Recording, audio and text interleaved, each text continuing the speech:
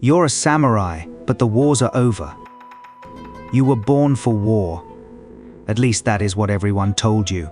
From the moment you were old enough to stand, your hands were corrected, your posture was corrected, your breathing was corrected.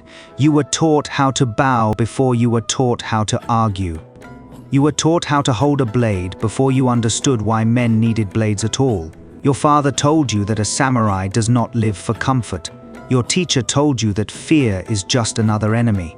And the world around you seemed to agree. Japan had been shaped by war for generations. Lords fought lords, families rose and disappeared, castles changed hands. Boys grew into men under the shadow of armor horses, banners and burning fields, so you prepared for the only future that seemed possible. One day your lord would call. One day your name would matter. One day you would ride into battle and prove that all the pain, all the discipline, all the silence had turned you into something more than ordinary. But then something strange happens. The wars end, and nobody knows what to do with you anymore. For centuries, the samurai were not just men with swords. They were the ruling warrior class of Japan. They held power, land, status, and the right to serve powerful lords. The Metropolitan Museum of Art describes the samurai or bushi as a warrior elite that rose through martial skill and dominated Japanese politics, economics, and society between the 12th and 19th centuries. But history has a cruel sense of humor, because the very thing that makes a warrior important is the same thing peace slowly takes away. War gives you purpose. Peace gives you paperwork. The year is the early 1600s. The Tokugawa shogunate has taken control of Japan. The great age of constant civil war begins to fade. The country does not become perfect. No country ever does. But compared to the chaos that came before, Japan enters a long age of order. For farmers, this means less fear. For merchants, more opportunity. For rulers, more stability. But for you, a samurai, it means something far more uncomfortable. You have trained your entire life to be useful in a world that is disappearing.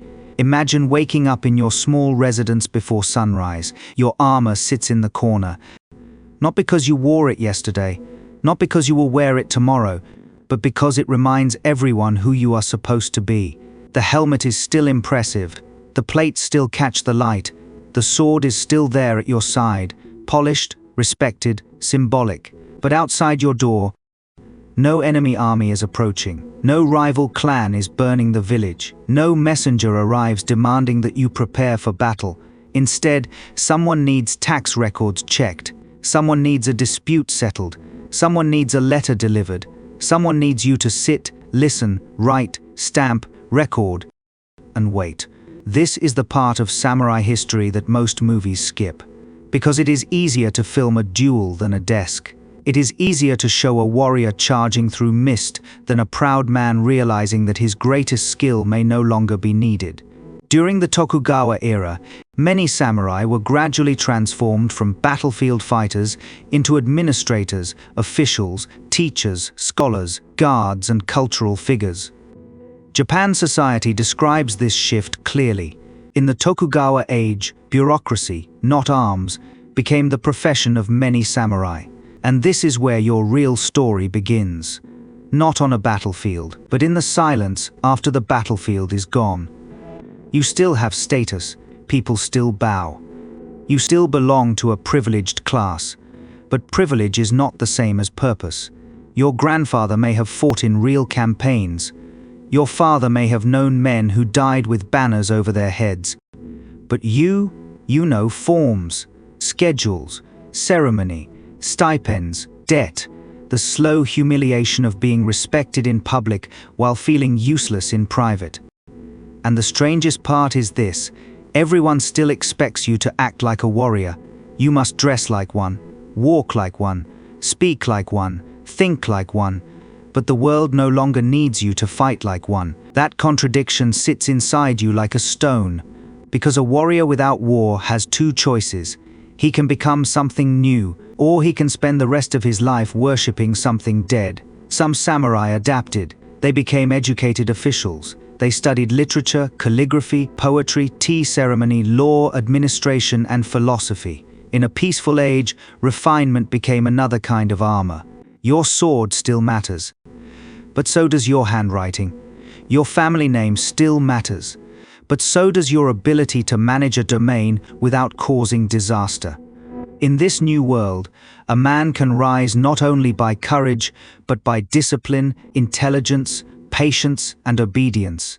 The battlefield has changed shape. The enemy is no longer standing in front of you with a spear. The enemy is disorder, poverty, corruption, boredom, your own pride. But not everyone can survive that transition, because some men are trained so deeply for conflict that peace feels like an insult. They do not know how to be ordinary. They do not know how to grow old without becoming legendary. They were promised glory. Instead, they receive a salary. They were promised danger. Instead, they receive routine. And the more peaceful the country becomes, the more the old stories grow in power. Men begin to talk about the past with a strange kind of hunger.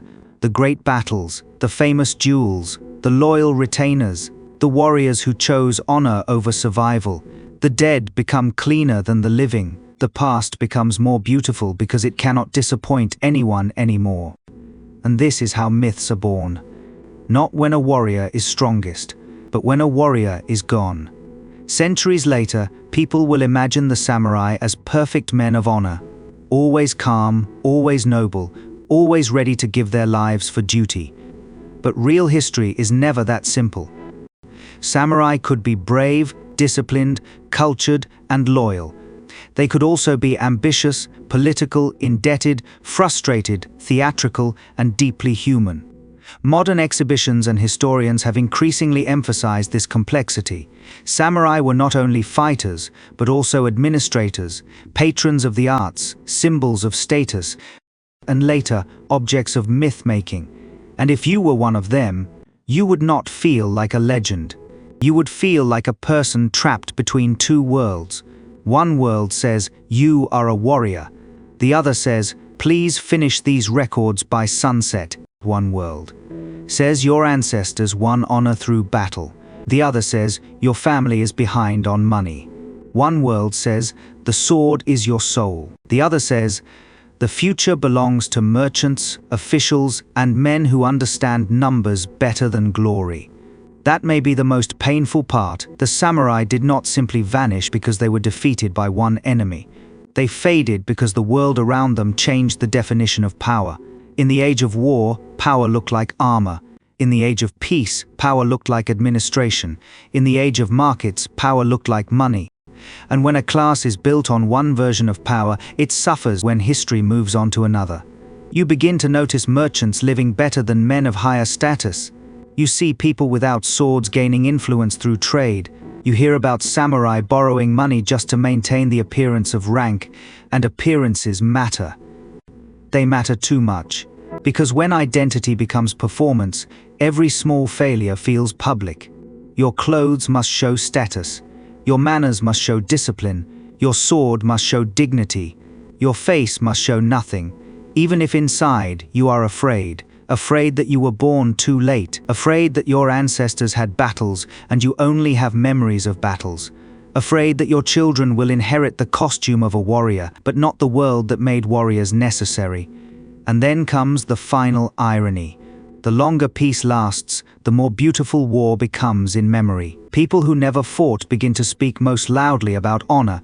People who never saw chaos begin to romanticize it. Stories become cleaner, heroes become taller, failures disappear, and the samurai becomes not just a social class, but an image, a helmet, a blade, a code, a shadow on a screen. A perfect warrior who may never have existed exactly the way people imagine him. This is why your life is so strange. You are both powerful and powerless, admired and outdated, privileged and trapped. You carry a sword in a society that increasingly needs a pen. You belong to the past, but you are forced to live in the present, And one day, long after you are gone, the world will remember the samurai not as bored officials, struggling families, or men adapting to a changing economy. It will remember the armor, the duels, the loyalty, the beautiful death, the myth, because that is what humans do. We turn complicated people into simple symbols. We turn social classes into costumes. We turn history into stories that make us feel something. But maybe the real story of the samurai is not about men who knew how to die. Maybe it is about men who had to learn how to live after their purpose disappeared. That is harder. Anyone can look heroic in a final battle. But what do you do when there is no final battle? What do you become when the world no longer needs the version of you it created? Do you cling to the old identity until it turns into a prison? Do you perform strength until it becomes emptiness? Or do you accept the most difficult truth in history, that survival often means becoming something your younger self would not recognize? You were born for war. You trained for war. You dreamed of war. But peace arrived instead, and in the end, that may have been the greater test. Not whether you could face an enemy, but whether you could face a world where the enemy was gone and still find a reason to live.